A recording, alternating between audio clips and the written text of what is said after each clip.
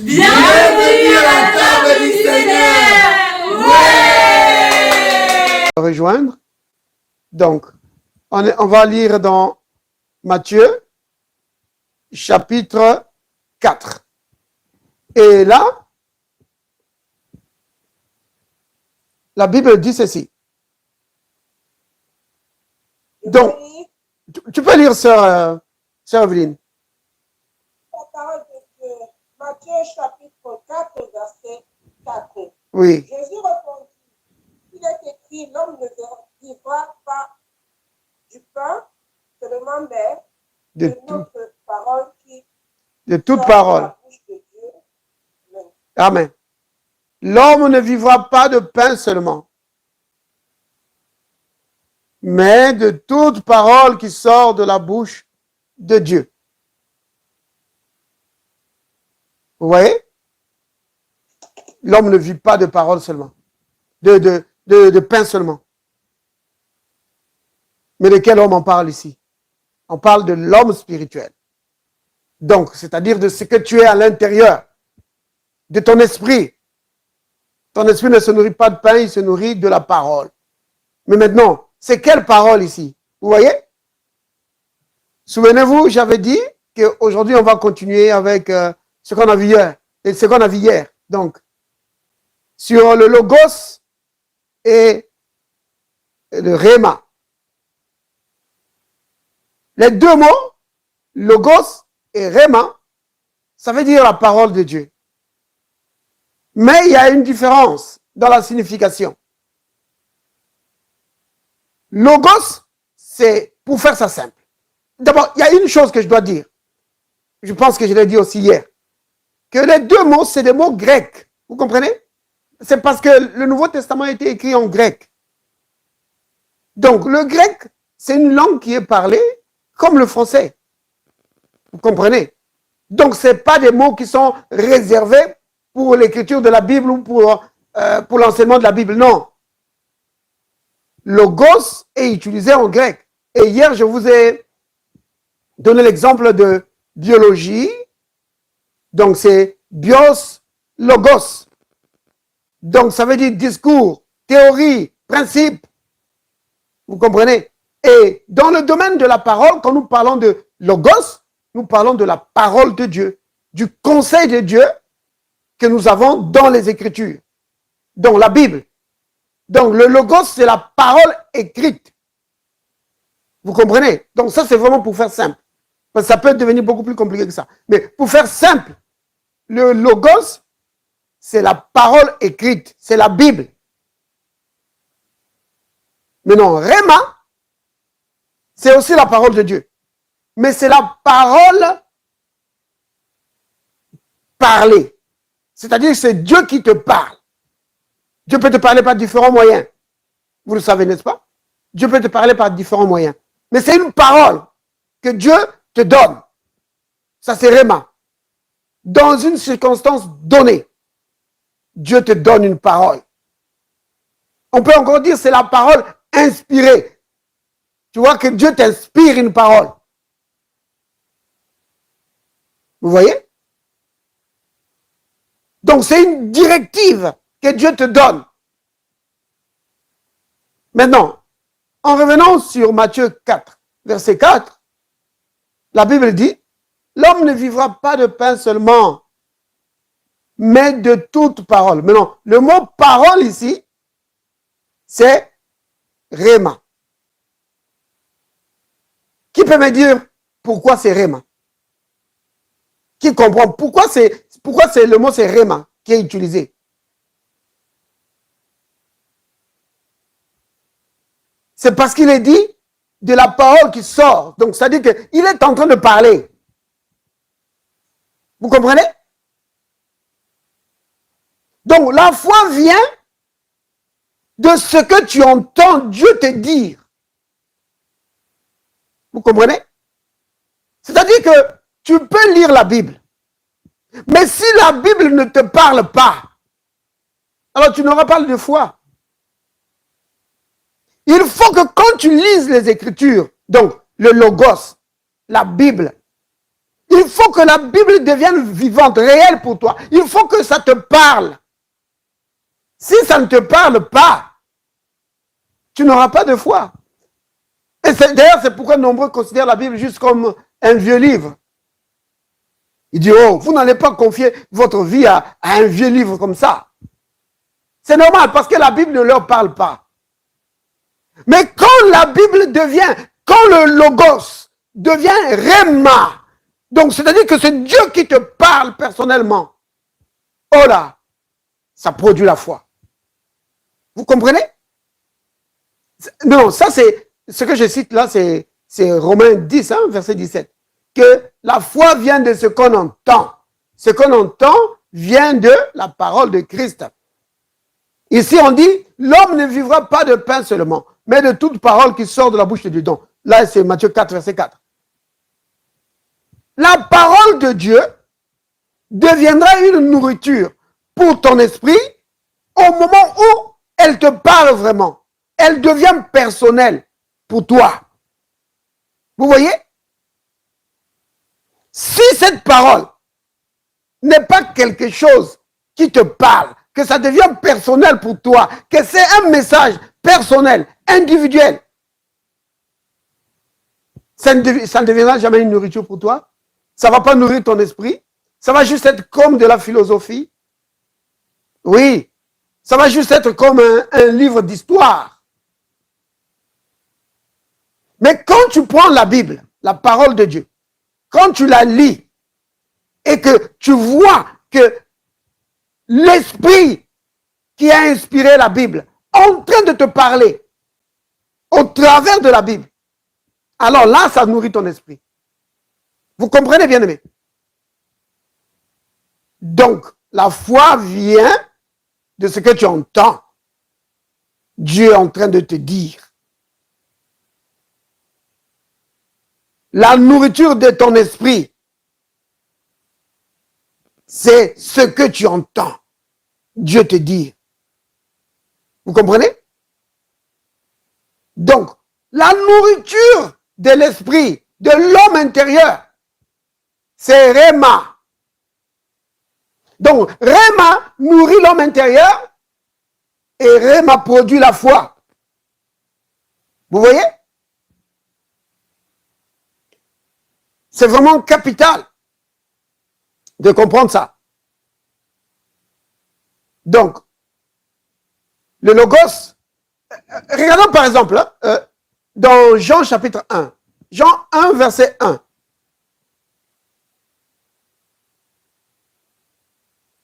Prenons Jean chapitre 1 verset 1.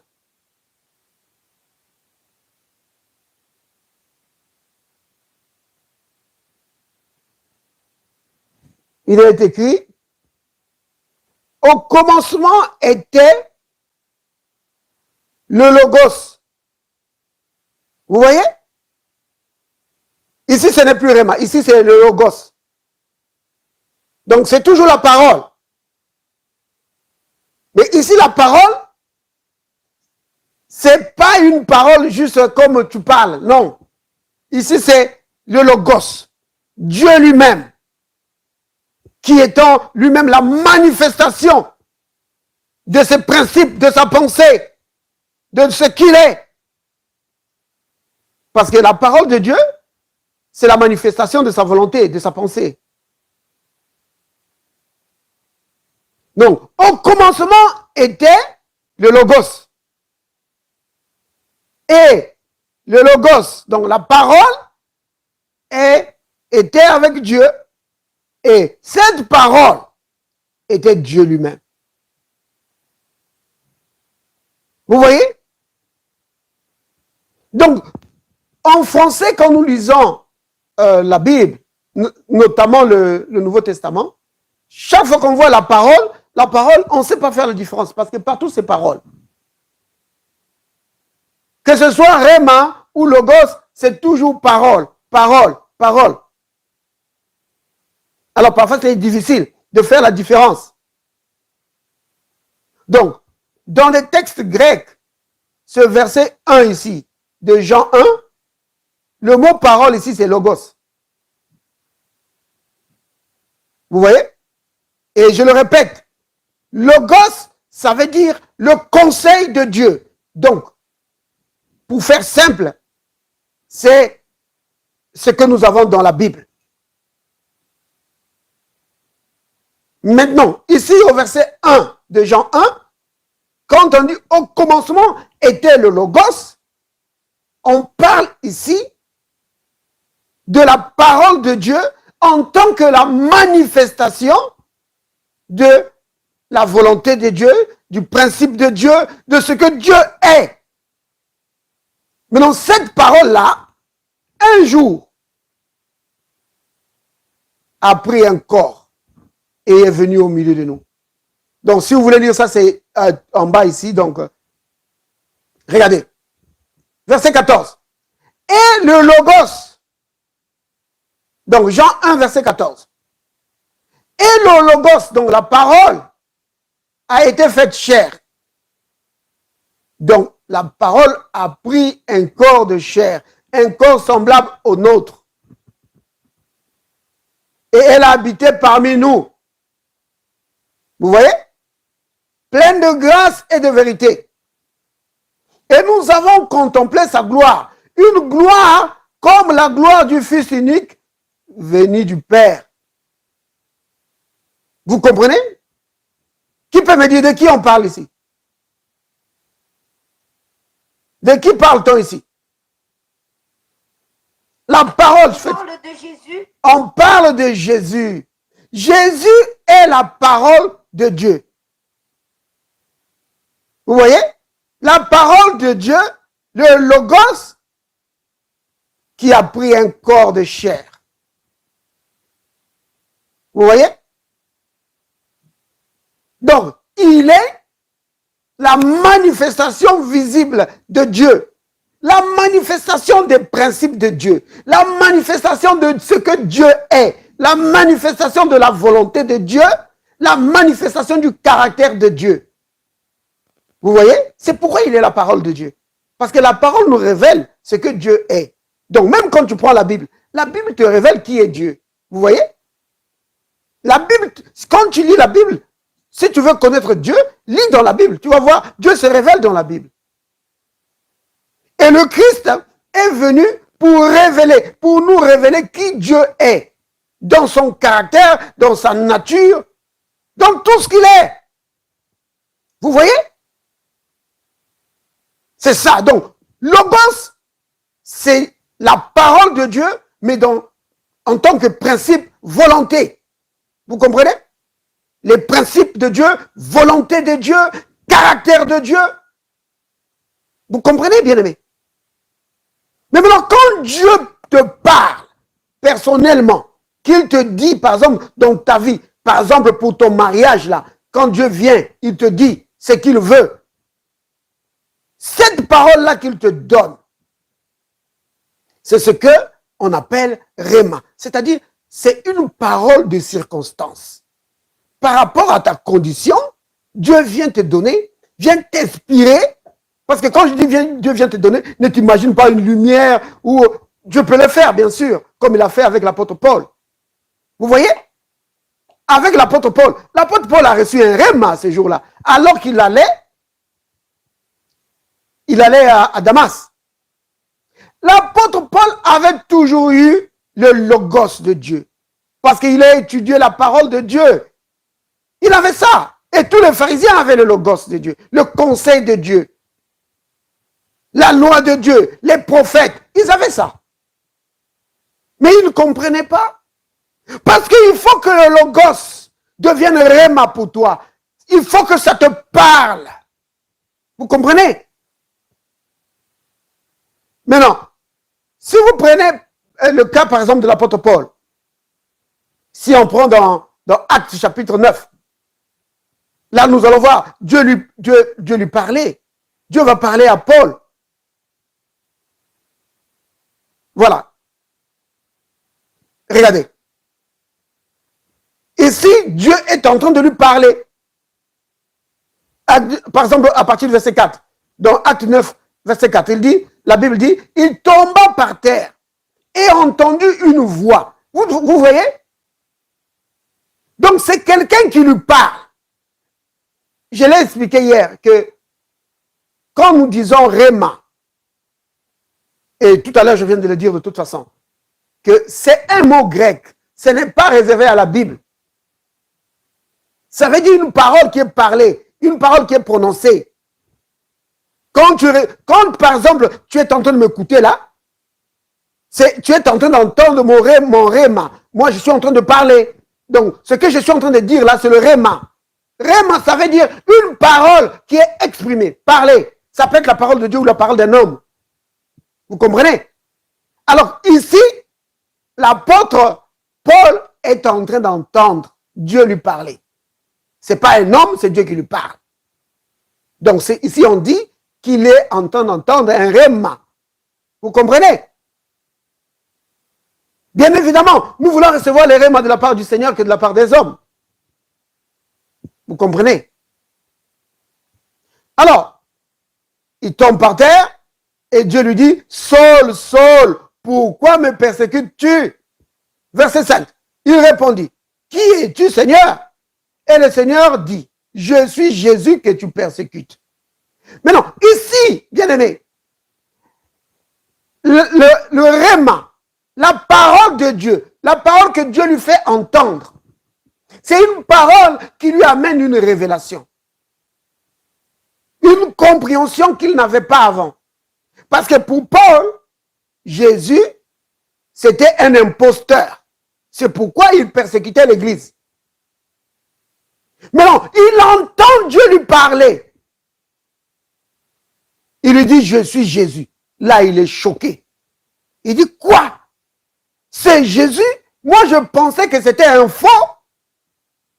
C'est le vrai Dieu qui a parlé à Moïse. Parce qu'il a vu une grande lumière. Comme Moïse a vu, il a dit, oh, c'est Jéhovah qui va me parler. Quand il a dit, qui es-tu? Il espérait entendre, je suis Jéhovah, je suis le Dieu d'Abraham, le Dieu d'Isaac, le Dieu de Jacob. Mais non. Il entend, je suis Jésus. Wow! Il dit, quoi? C'est Jésus là qui était ici là avec nous? Il parle maintenant du haut des cieux. C'est là que c'était réglé pour lui. Donc le réma lui a amené une révélation, une compréhension qu'il n'avait pas avant. Et c'est ce qui se passe aussi avec chacun de nous. Quand tu lis la Bible, le Logos, tu le lis comme l'apôtre Paul lisait. Il te faut qu'un jour, que l'Esprit de Dieu, qui n'est pas au ciel, bien-aimé, si tu es enfant de Dieu, il est en toi, qu'il te dise, mais fais attention à cette écriture, regarde bien. Il commence à t'expliquer les Écritures. Vous comprenez? L'écriture, ça devient maintenant quelque chose de réel pour toi. Donc, ça, à ce moment-là, ça devient un réma pour toi. Quelque chose qui va nourrir ton esprit. Quelque chose qui va bâtir ta foi. Vous comprenez, bien-aimé? Oh, hier, parce que beaucoup de gens ne comprenaient pas tellement. Vous comprenez? Maintenant, que ce soit le logos, donc les principes de Dieu, le conseil de Dieu, dans la Bible, c'est inspiré par le Saint-Esprit. Le réma, la parole qui vient de Dieu, c'est aussi inspiré par le Saint-Esprit. C'est le Saint-Esprit qui fait tout ça. Vous comprenez? C'est le Saint-Esprit qui peut te parler. Il peut te dire, par exemple, regarde dans la Bible. Quand tu regardes dans la Bible, alors il va te montrer. Il dit, mais regarde ce passage. Appuie-toi dessus pour triompher dans le combat que tu as. Alors, à ce moment-là, ce passage que le Saint-Esprit vient de te montrer, que le Saint-Esprit vient de t'inspirer, devient un réma pour toi. Vous comprenez? Donc, ici, l'apôtre Paul reçoit. Il entend Dieu lui parler. Il entend le Christ lui parler. Et le Christ lui dit, je suis Jésus. Là, ça règle tout. Ça brise tous les fondements, toutes les théories des hommes qu'il avait là. Ça tombe. Maintenant, regardez le verset 6. Tremblant et saisi de foi, il dit, il était saisi de foi. Vous comprenez ce que ça veut dire, effroi? Effroi, c'est la peur. Hein? Pourquoi était-il saisi de peur? Pas seulement parce que Jésus était en train de lui parler. Parce qu'il venait de réaliser combien il était coupable. Il venait de réaliser qu'il était en train de combattre Dieu. Un homme combattre Dieu. Et par conséquent, il méritait la mort. Il venait de réaliser ça. Il dit, Seigneur, que veux-tu que je fasse? Et le Seigneur lui dit, lève-toi, entre dans la ville et on te dira ce que tu dois faire. Vous voyez? Le Seigneur dit, lève-toi, entre dans la ville et on va te dire. Donc, là, c'est l'apôtre Paul qui reçoit un réma. Donc, bien aimé, vous comprenez, hein? Donc, j'essaie vraiment de rendre ça beaucoup plus concret. Par des exemples de la Bible. Comme ça, vous pouvez comprendre. C'est que c'est un réma et c'est que c'est le logos. Je le répète. Parce que hier, j'ai beaucoup répété, mais après la réunion, les gens ne semblaient pas vraiment avoir bien saisi. Donc, logos, pour faire simple, c'est la parole de Dieu. La Bible que tu as. Donc, la parole écrite. Donc, logos, c'est parole écrite. Bien aimé, on va répéter ça. Logos, c'est parole écrite. Logos, c'est la parole écrite. Logos, c'est la parole écrite. Oui, très bien. Sœur Evelyne, logos, c'est la parole écrite.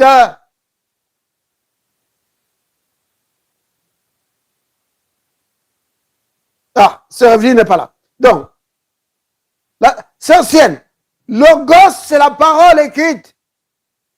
Logos, c'est la parole écrite. Voilà, c'est ça.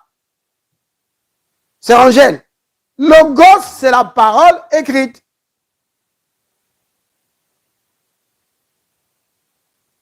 Là, il y a aussi quelqu'un. Donc, logos, c'est la parole écrite. Et réma, c'est la parole individuelle. Ou la parole des circonstances que Dieu te donne. Comme dans le cas de Paul ici. Dieu vient de lui parler, n'est-ce pas? Jésus vient de lui parler. Mais ce que Jésus lui dit là, c'est une parole personnelle à lui. C'est une instruction que Dieu lui donne. Vous comprenez? Vous voyez la différence, hein? Oui, sœur Julie vient de lever la main. Sœur Julie, tu voulais dire quelque chose? En tout cas, ton micro est fermé, donc on n'entend pas.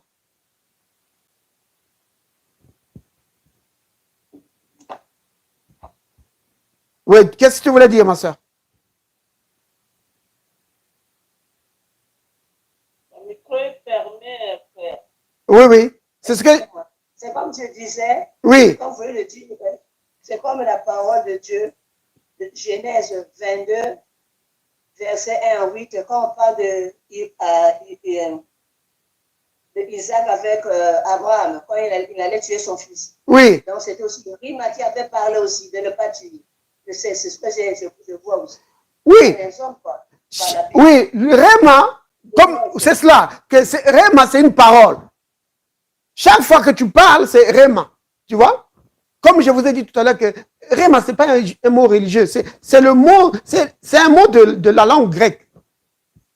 Vous comprenez? Donc, c'est une parole qui est parlée, exprimée. Donc, comme toi maintenant là que tu me parles, tes paroles là que tu es en train de me dire là, c'est le Réma. Tu vois? Tu comprends? Mais sauf que ce n'est pas la parole de Dieu.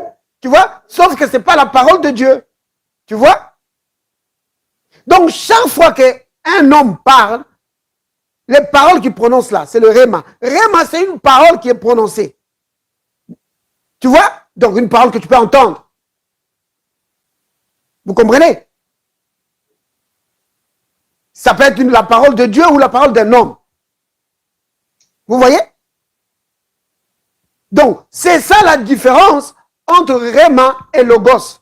C'est que Logos, c'est, donc dans le cadre de la parole de Dieu, hein, dans le cadre chrétien, Logos, c'est les textes bibliques, les Écritures, la Bible. Ça, c'est Logos. Maintenant, quand Dieu te parle personnellement, tu dis que je viens de recevoir un Réma, c'est-à-dire que Dieu vient de me parler. Oui, Dieu, oui, c'est le Saint-Esprit qui te parle.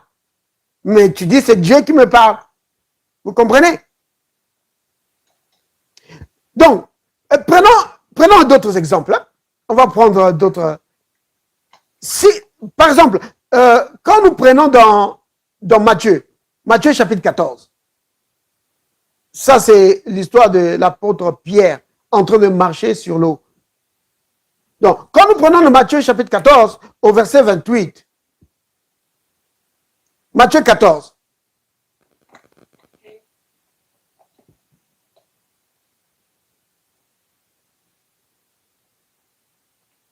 Matthieu 14. OK.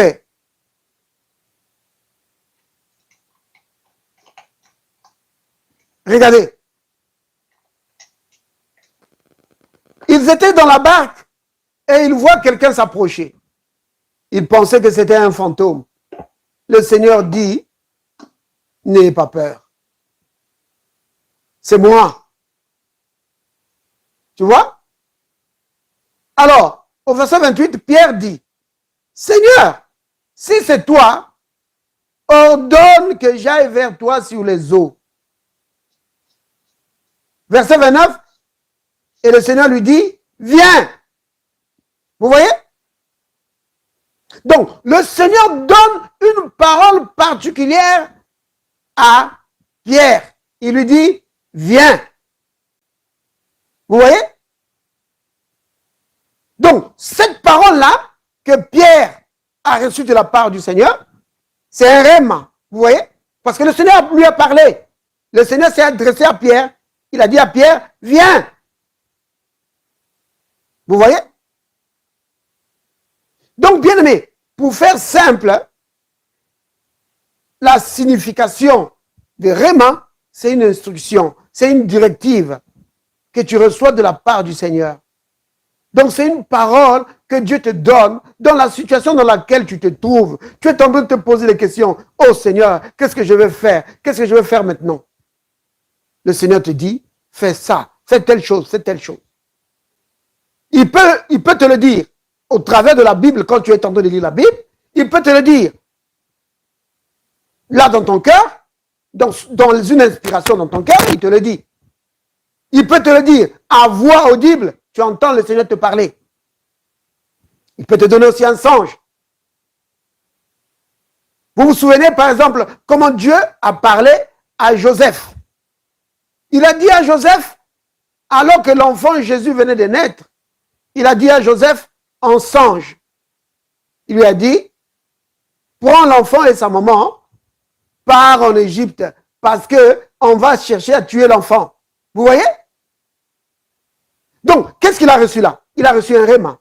Donc, une instruction de la part du Seigneur.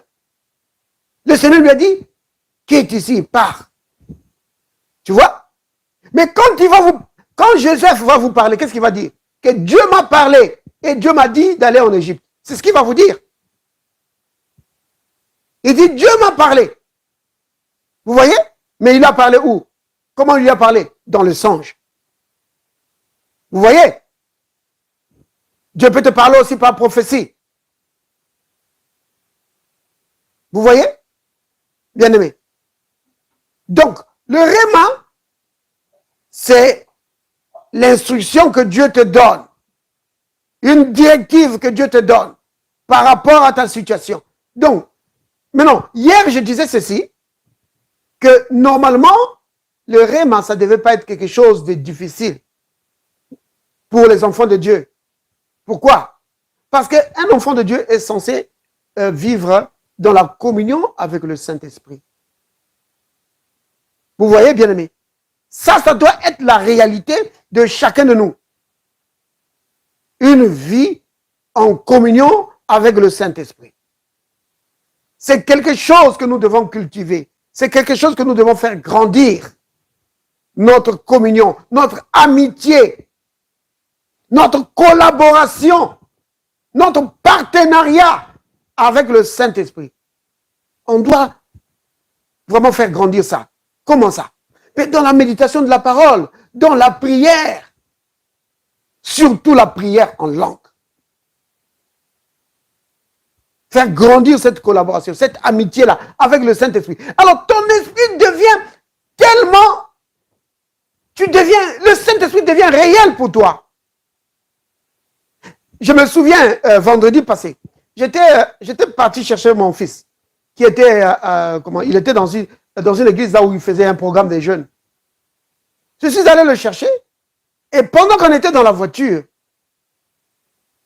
on est arrivé à un certain endroit.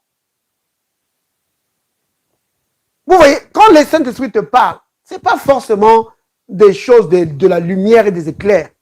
C'est souvent quelque chose de simple. Une voix dans ton cœur. En fait, j'ai vu, c'est pas que j'ai eu une vision, non. Mais j'ai revu la scène où je suis parti le chercher. Et là, j'ai compris qu'on dirait qu'il a oublié quelque chose. Alors, j'ai dit à mon fils, j'espère que tu n'as rien oublié là-bas. Et tout de suite, il s'est rappelé, il a dit, oh, j'ai oublié mes bottes. Allez, demi-tour, on est reparti pour chercher les bottes. Vous voyez? Mais c'est, quand je dis par exemple, Dieu m'a parlé, quelqu'un va dire, oh, Dieu t'a parlé? Ah, comment c'était? Un jour, c'était le bien-aimé que j'avais reçu ici à la maison. Je leur expliqué un peu ce que Dieu m'avait dit. Il dit, alors, il t'a parlé comment? Tu as entendu une voix? Parce que pour beaucoup de chrétiens, quand tu dis que Dieu m'a parlé, ça doit être une voix que tu entends. Ça peut être cela. Mais dans la majorité des temps, Dieu va te parler sous inspiration. Dans ton cœur, il te parle. Si tu es confronté à une situation, pendant que tu es en train de prier, pendant que tu es en train de méditer la parole, le Saint-Esprit qui est en toi, je le rappelle, il n'est pas au ciel, il est en toi.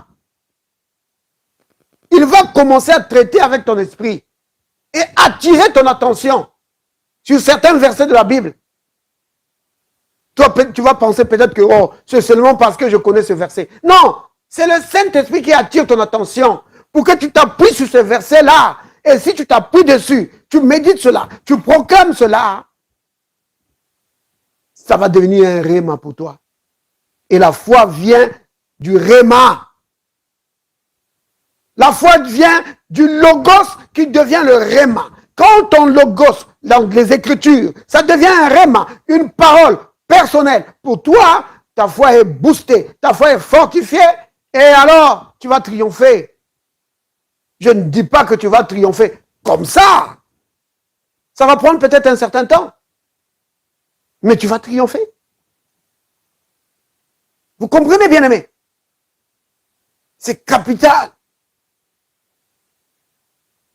Le logos et le réma.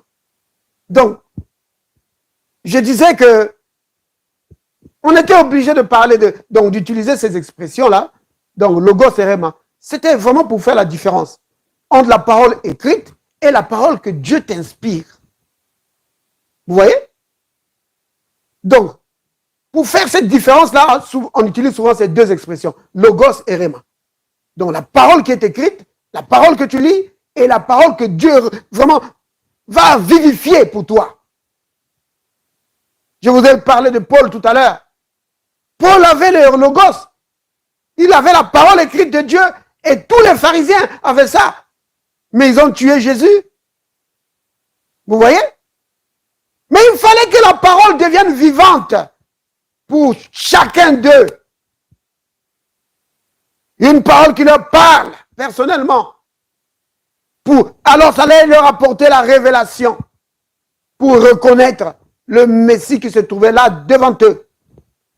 Oh, bien-aimé, c'est quelque chose de difficile de voir que le Dieu Tout-Puissant les visite et il appelle un démon.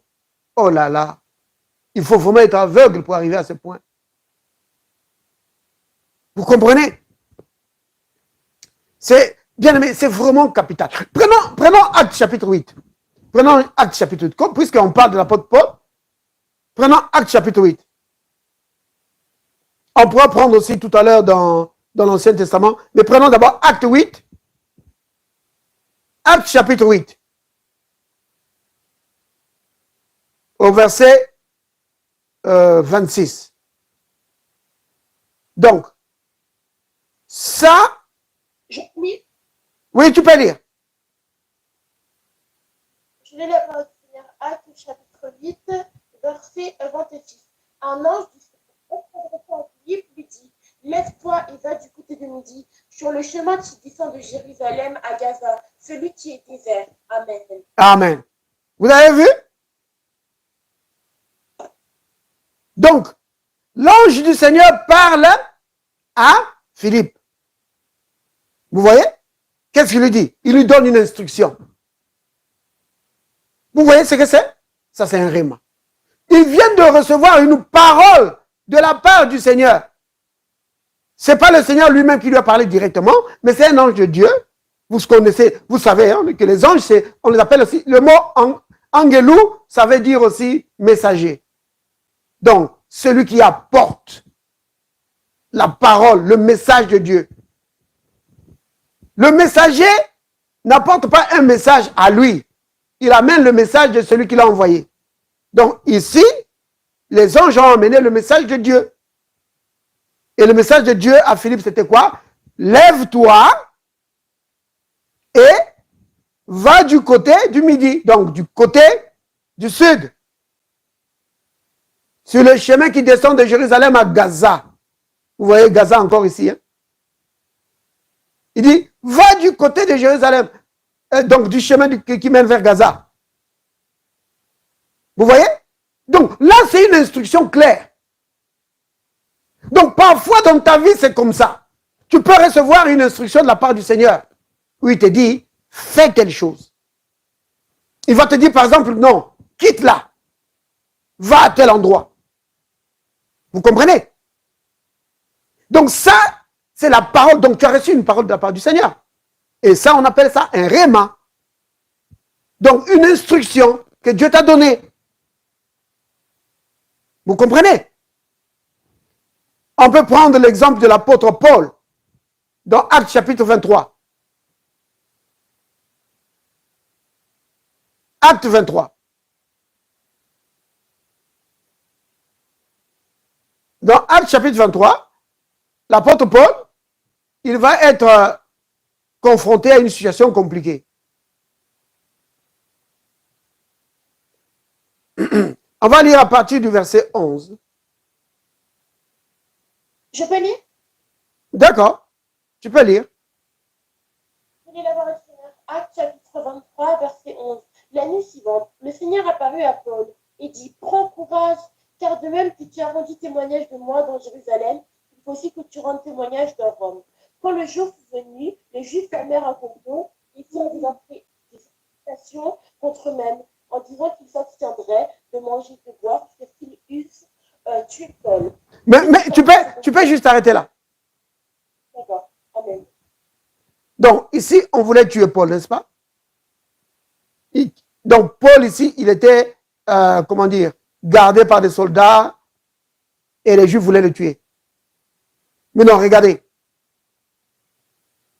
Le Seigneur a apparu à Paul et dit à Paul, prends courage. Vous avez vu ça, bien-aimé? Donc là, l'apôtre Paul reçoit un rhéma. Une parole de circonstance. Une parole qui te soutient dans le problème que tu es en train de traverser. Il est gardé par les soldats et de l'autre côté, il y a des Juifs qui veulent le tuer. Vous voyez? Mais le Seigneur vient. Il vient lui donner une parole. Il lui dit, Prends courage. Ouais. Ne te décourage pas, Paul. Sois courageux. Parce que de même que tu as rendu témoignage de moi dans Jérusalem, tu vas aller jusqu'à Rome. Ta fin n'est pas ici. Tu ne vas pas mourir ici, Paul. Tu ne mourras pas.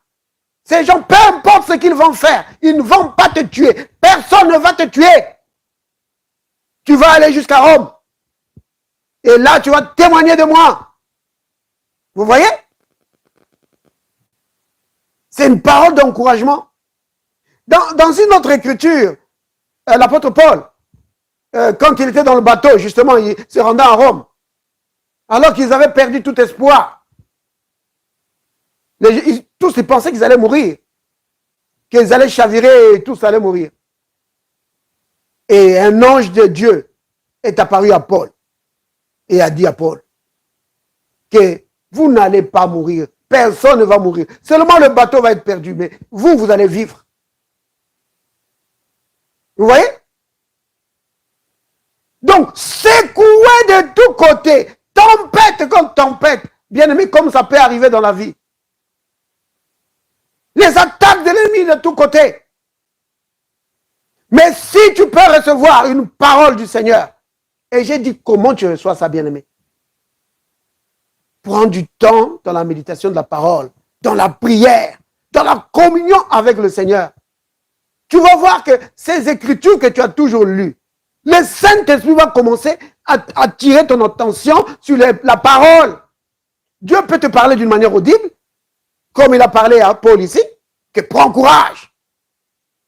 Tu vois? Mais il peut aussi t'amener dans les Écritures et te donner une écriture particulière et qui va servir de fondement, de fondation, d'appui pour ta foi. Et tu vas triompher grâce à cette écriture. Vous comprenez, bien aimé? C'est capital. Donc, bien aimé, je ne sais pas si vous comprenez, vous saisissez. Hein? Donc, le Réma et le Logos. Logos, c'est tout simple, n'est-ce pas? C'est la Bible. C'est la parole écrite de Dieu. Donc, d'une manière simplifiée, c'est ça. C'est la parole écrite. Réma, c'est le Seigneur qui te parle. C'est le Saint-Esprit qui vient t'inspirer une parole. C'est le Saint-Esprit qui prend un verset de la Bible et qui rend ça tellement réel pour toi que tu t'appuies vraiment dessus avec assurance parce que cette parole devient tellement réelle pour toi. Vous voyez? Donc, à ce moment-là, la parole de Dieu, donc la Bible, qui est Logos, devient Réma pour toi. Et normalement, c'est le premier moyen que Dieu utilise. Il prend le Logos et le rend réel pour toi. Ça devient un message personnel pour toi. Ça devient ton Réma, ton appui. Et la Bible dit que c'est ça qui produit la foi. Quand le Logos devient Réma, alors la foi est produite. Quand le Logos devient Réma, alors ton esprit est nourri. Vous comprenez, bien aimé? Oh là là, je ne sais pas si je peux rendre cela plus clair que cela. Maintenant, on va prendre un texte de l'Ancien Testament. Dans 2 Rois, chapitre 5, à partir du premier verset. Donc, c'est l'histoire de ce grand général syrien, Naaman. 2 Rois 5, à partir du verset 1er. Je peux lire? Oui, tu peux lire, Louise. Je lis la parole du Seigneur. 2 Rois, chapitre 5, verset 1. Naaman, chef de l'armée du roi de Syrie, jouissait de la faveur de son maître et d'une grande considération, car c'était par lui que l'Éternel avait délivré les Syriens. Mais cet homme fort et vaillant était lépreux. Or, les Syriens étaient sortis partout, et ils avaient emmené captive une petite fille du pays d'Israël, qui était au service de la femme de Naaman. Et elle dit à sa maîtresse, « Oh, si mon Seigneur était auprès du prophète qui est à Samarie, le prophète le guérirait de sa lèpre. » Naaman alla dire à son maître, « La jeune fille du pays d'Israël a parlé de telle et telle manière. » Et le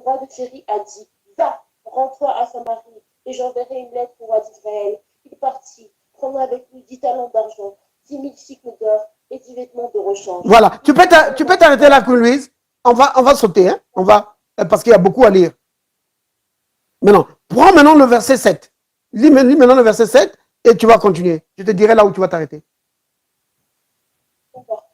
Je lis la parole du Seigneur, 2 Rois, chapitre 5, verset 7. Après avoir lu la lettre, le roi d'Israël déchira ses vêtements et dit, suis-je un Dieu pour faire mourir et pour faire vivre, qui s'adresse à moi afin que je guérisse un homme de sa lèpre? Sachez donc et comprenez qu'il cherche une occasion de dispute avec moi. Lorsqu'Élisée, homme de Dieu, apprit que le roi d'Israël avait déchiré ses vêtements, il envoya dire au roi, pourquoi as-tu déchiré tes vêtements? Laisse-le venir à moi, et il saura qu'il est un prophète en Israël. Naaman vient avec ses chevaux et son char, et il s'arrêta à la porte de la maison d'Élisée. Élisée lui fit dire par messager, va, et lave-toi 7 fois dans le Jourdain. Ta chair deviendra saine et tu seras pur. Amen. Tu peux t'arrêter là. Tu peux t'arrêter là, Queen Louise. D'accord. Donc, regardez le verset 10. Donc, vous avez compris le contexte. Hein? On a beaucoup lu. Donc, c'est pour donner le contexte. Donc, je ne vais pas reprendre cela. Alors, Naaman vient maintenant devant le prophète de Dieu. Alors, il vient pour être guéri. Qu'est-ce qu'il reçoit? Il reçoit une parole, une instruction de Dieu. Dieu lui donne une instruction. Il reçoit une parole de la part de Dieu. Dieu lui dit, va et lave-toi 7 fois dans le Jourdain. Ta chair deviendra saine et tu seras pur. Vous voyez?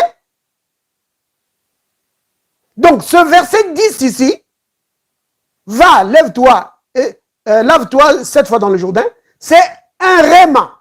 Un réma pour qui? Pour Naaman. Vous comprenez? Donc, c'est quelque chose de personnel. Un message personnel que Dieu te donne. Et si tu commences à témoigner devant les gens de ta guérison, tu vas dire, un jour, j'étais là et Dieu m'a parlé. Et Dieu m'a dit, va, lave-toi 7 fois.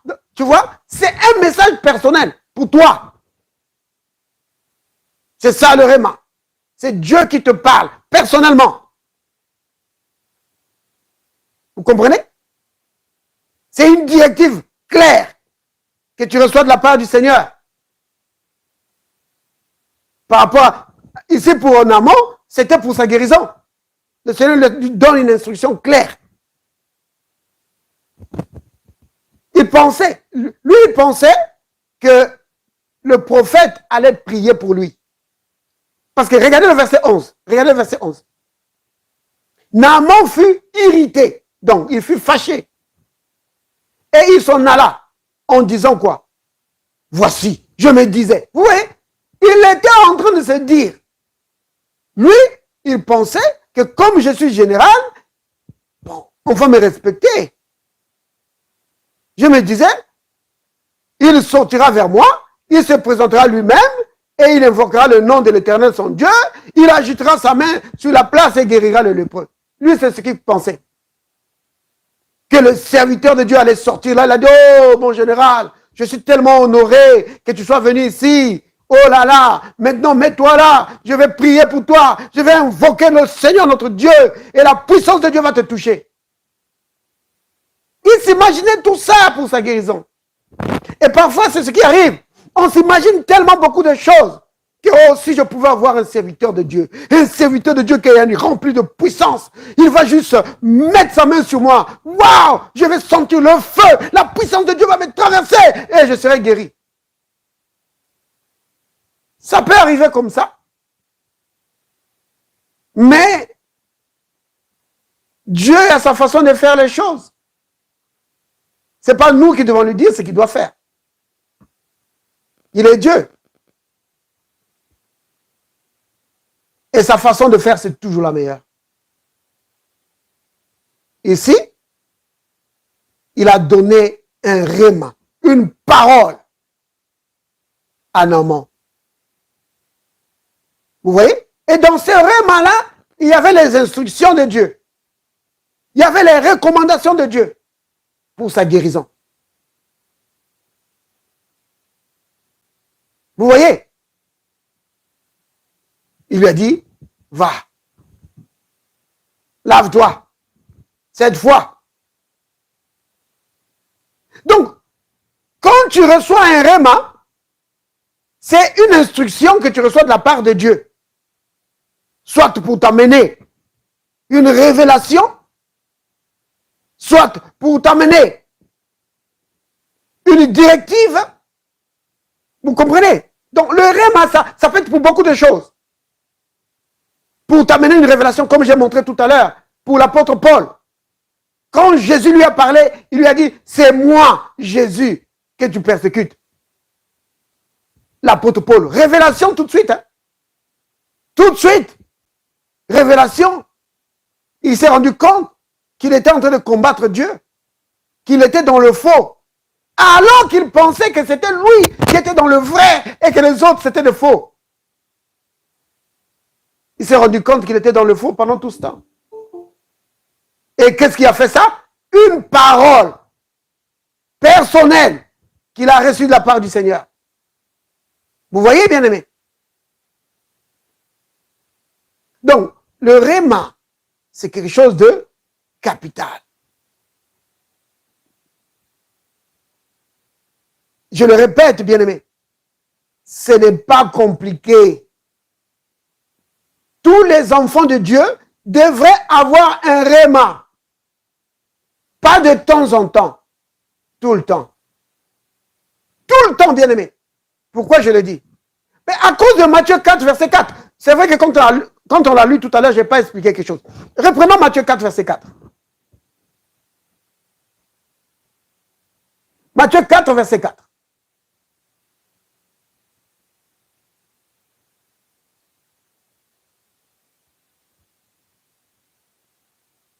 Je peux lire? Oui, tu peux lire. Jésus répondit, il est écrit, l'homme ne vivra pas de pain seulement, mais de toute parole qui sort de la bouche de Dieu. Amen. Amen. Vous avez entendu?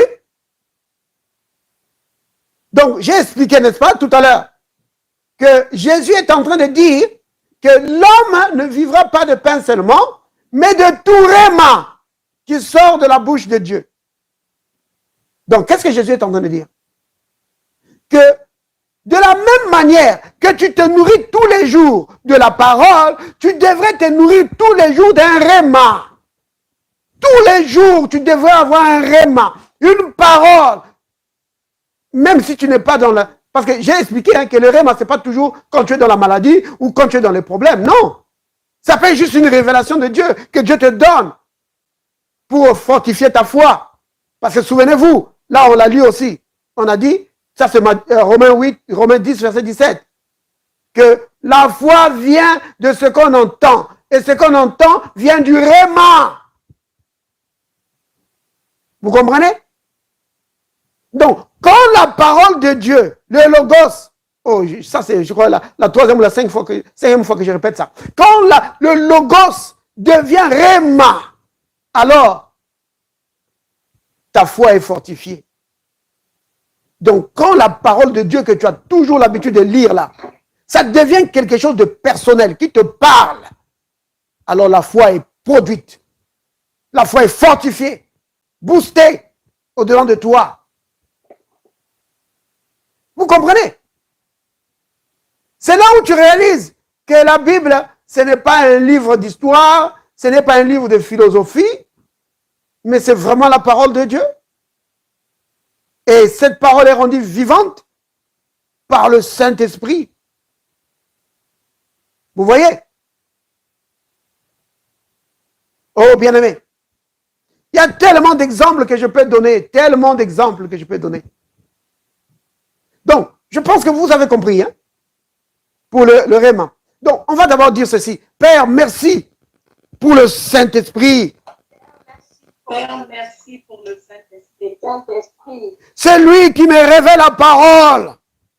C'est lui qui me révèle la parole. C'est lui qui me donne une compréhension profonde de ta parole.